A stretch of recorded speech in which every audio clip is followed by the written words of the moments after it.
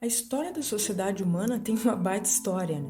A gente começa a aprendê-la com os resquícios paleontológicos que marcam as características dos humanos há milhares de anos. Eles passam a andar eretos, descobrem o fogo, organizam-se em grupos, fixam moradia e passam a registrar os acontecimentos, primeiro nas rochas e depois desenvolvem a escrita. Com o passar do tempo, se dá a organização por feudos, depois em cidades, daí desenvolvemos a economia, a ciência, a divisão do trabalho e, enfim, a tecnologia. Parece tudo bem encadeado, né? Com um acontecimento gerando o outro e um segundo sendo originado do primeiro, numa sequência bem linear de causa e consequência.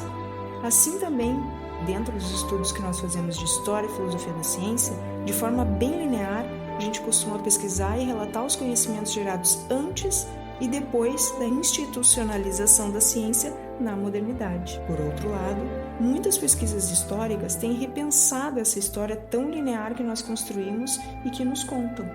Procuram analisar outros pormenores do percurso histórico e colocam sobre suspenso o olhar do colonizador sobre os conhecimentos, que é como sempre nos foi contada a história.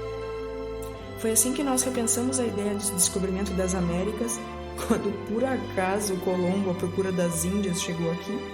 Assim também repensamos a ideia do descobrimento do Brasil, entre aspas, que era relatado como se aqui nada houvesse antes da chegada das naus de Cabral.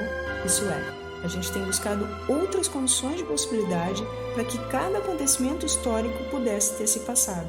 Da mesma forma, dentro da filosofia da ciência, então, voltando à nossa temática, algumas análises sobre o saber e o conhecimento, como os estudos arqueológicos de Foucault, por exemplo, procuram entender os saberes antes deles se tornarem um campo científico bem definido. E são esses dois tipos de estudo, dentro da história e filosofia da ciência, dois tipos de metodologias de pesquisa que a gente vai trazer à tona nessa 5ª temporada, a partir da leitura sistemática, capítulo a capítulo, do livro Foucault, A Ciência e o Saber, de Roberto Machado.